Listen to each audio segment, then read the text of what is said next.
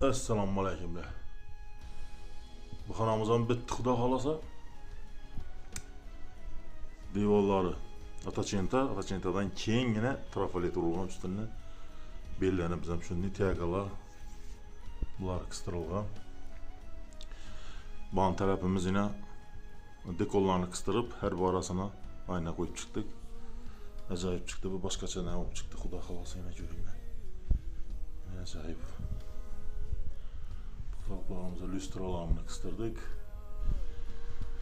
Bu öyni geçen rasxotunu açacakman.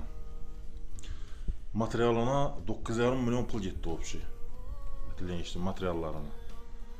Usta hakkısına gelsek 12 milyon pul oldu usta hakkısı.